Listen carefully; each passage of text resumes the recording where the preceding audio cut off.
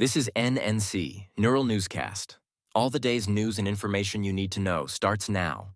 Thanks for joining us for this Neural Newscast deep dive. I'm Charlotte, your architecture correspondent, and alongside Laura, our health reporter, we're diving into some intriguing stories. On this day in 1962, the novelty song Monster Mash, described as a graveyard smash, hit #1 on the charts, becoming a seasonal pop culture staple. It's such a vivid snapshot, a novelty tune topping the charts and then living on in the seasonal soundtrack. It shows how one cultural moment can echo across decades, especially around Halloween.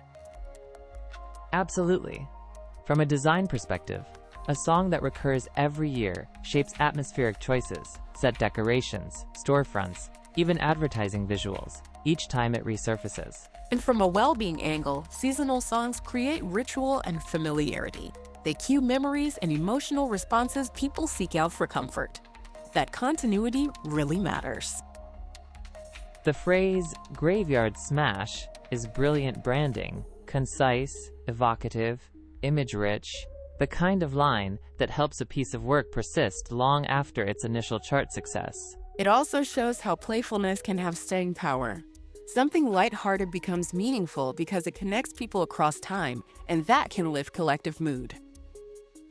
That #1 placement gave the song a platform for endless reuse, radio rotations, party playlists, film and TV needle drops, and that momentum turned it into the seasonal staple we know. Right, and that cyclical return each season can nudge social connection. People gather around familiar sounds, and that rhythm supports social health in small but real ways.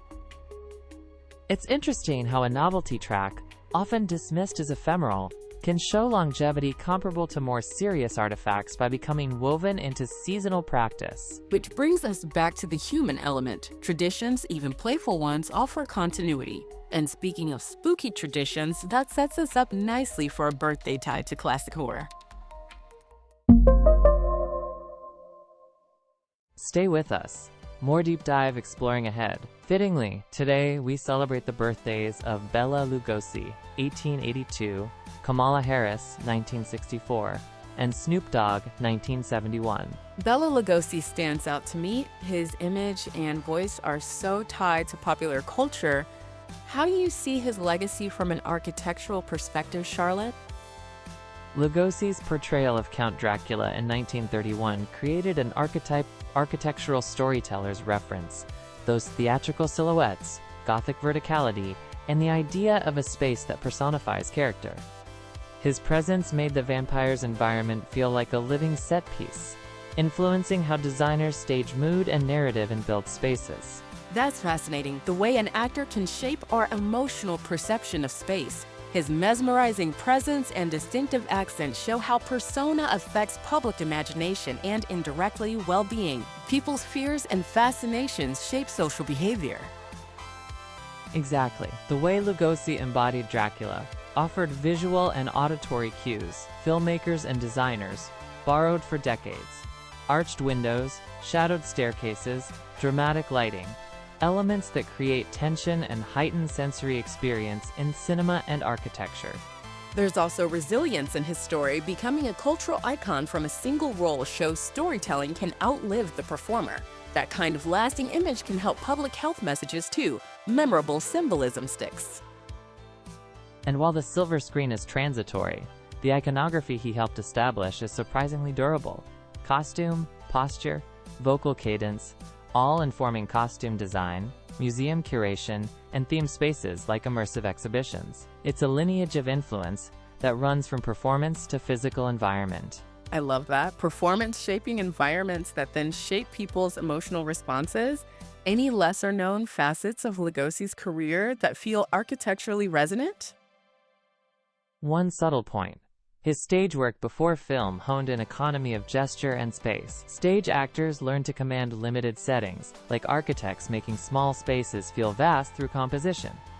His command of posture and presence taught visual storytellers how to read and fill a frame or a room. That connection between economy of movement and spatial perception is so relevant in therapeutic design too. Small shifts can change mood and behavior. It's a reminder that performance and design both have practical effects on well-being. Precisely. Lugosi's Dracula also crystallized the silhouette as a symbol, the cape, the stoic profile, showing how a few design choices can communicate an entire character. Designers use that lesson constantly. Clarity of form conveys narrative quickly. And culturally, his film is often credited with changing the landscape of horror cinema, which shapes how audiences process fear and fascination, key when we think about media's role in public sentiment and mental health. So looking at Lugosi today, we're not just remembering a performance. We're tracing a lineage of aesthetic decisions that moved from screen to culture to built environments. His legacy persists in how we shape mood, memory, and meaning in spaces. A powerful legacy, art shaping architecture and both shaping people, keeping his influence very much alive. Up next after the break, a quick fact with a surprising punch. You are listening to NNC, Neural Newscast. Subscribe and listen wherever you choose, and be sure to listen to our archive for more content like this episode, published daily at nnewscast.com. Welcome back to Neural Newscast Deep Dive. Let's continue our exploration. The average lifespan of a Major League Baseball is about 7 pitches. That figure is startling in its simplicity, Charlotte. 7 pitches is shorter than many fans might imagine. From a design and material standpoint, a ball enduring roughly 7 pitches before it's effectively spent reframes how we think about equipment life cycles in the sport. And from a health and safety perspective, that average sets expectations for how often balls are handled, inspected, and replaced, which affects player exposure to worn surfaces. It also shifts maintenance logistics in stadium operations. If each ball lasts about 7 pitches, the turnover rate is remarkably high. High turnover means more frequent contact surfaces during play, important for cleanliness protocols and for monitoring any wear-related changes in ball behavior. Exactly. The short lifespan underscores the ephemeral nature of a baseball's performance attributes. Designers and manufacturers must account for rapid changes after just a handful of uses. And that rapid change has implications for players' consistency and for measures intended to preserve ball integrity throughout a game.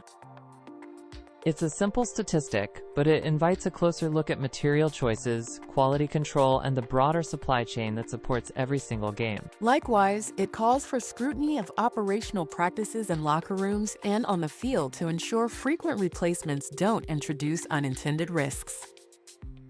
7 pitches, often because of scuffs, foul balls, or an umpire swap, is a compact number that opens big questions about durability and design in baseball. And about the practical steps teams and leagues take to manage that short life cycle while keeping players safe and games fair. That's all for this Neural Newscast Deep Dive. On behalf of Charlotte and myself, Laura, thanks for listening. This has been another Neural Newscast production. Join us again soon, and visit nnewscast.com to explore today's news as well as the past like never before. Neural Newscast fuses real and AI-generated voices for fast, quality news. AI creates, humans review. We aim for accuracy, but errors can happen. Verify key details. Learn more at nnewscast.com.